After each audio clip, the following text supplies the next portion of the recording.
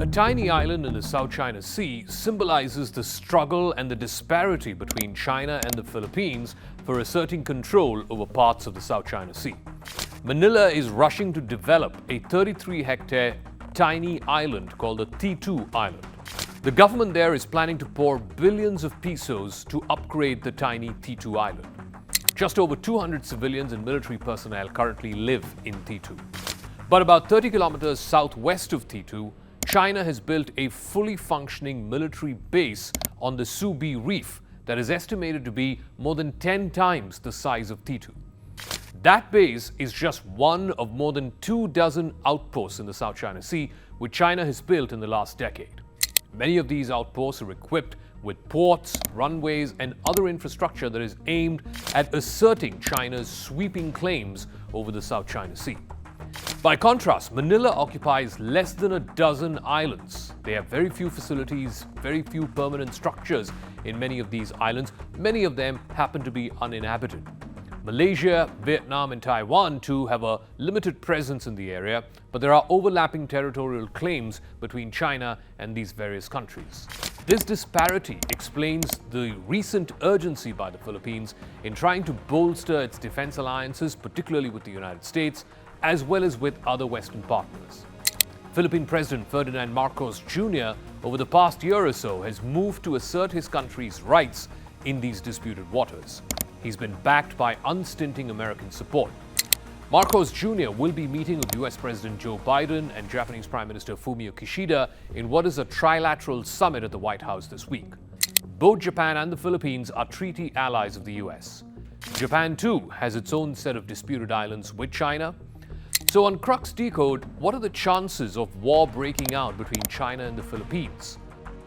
Is a coming together of the Philippines along with the US, Japan, South Korea, Vietnam, and India the best way to try and contain China?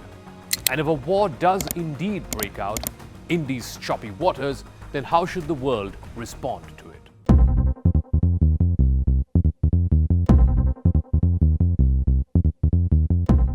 T2 is also known as Pag-asa, which is the local word for hope.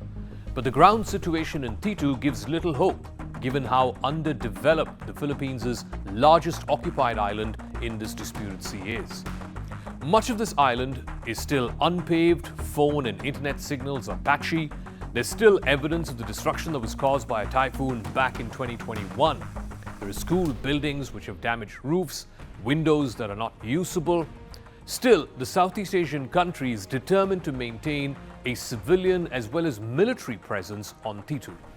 Aircraft can now land on the lone runway there, but repairs and expansion are required. A landing dock and a port have also been built, and construction is on in full swing to extend the island further into the sea. There are also plans to equip the area with a fully functioning naval port as well as radars. Manila also recently sent research vessels to check the marine resources around T2. This was yet another step by the Philippines to try and assert its rights in these waters.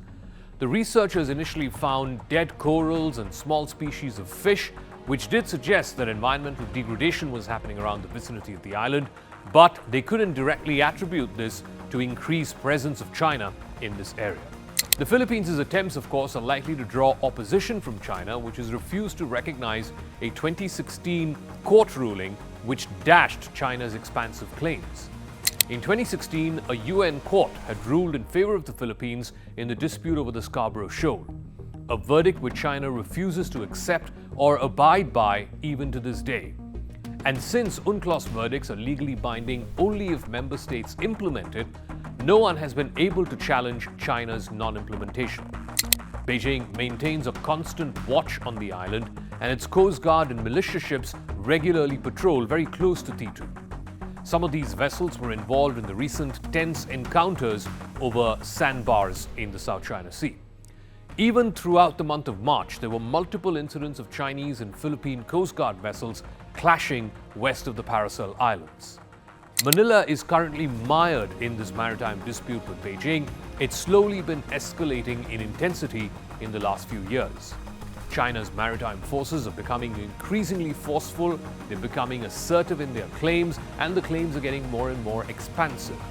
Chinese ships have all but blockaded a Philippine detachment in an outpost in the second Thomas Shoal. There were recent pictures of firing of jets of water which smashed the windscreen of a Filipino civilian vessel.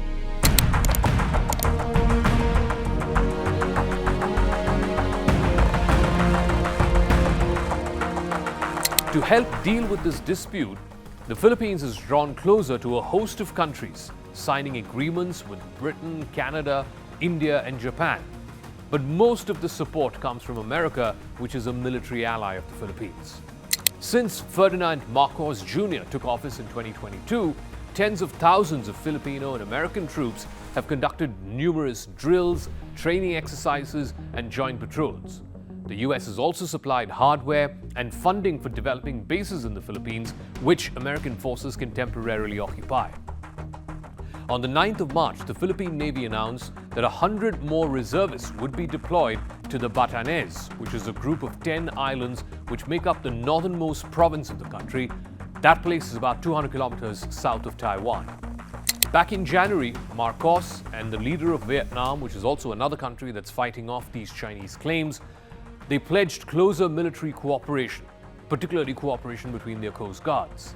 Last month, Marcos clinched a maritime cooperation deal with Australia, and just in the last few weeks, he has taken his pitch to Europe.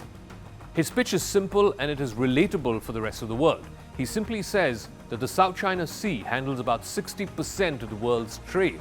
So it's not entirely and solely the interests of just the Philippines or ASEAN or even the Indo-Pacific, but the entire world to keep these sea lanes open and safe.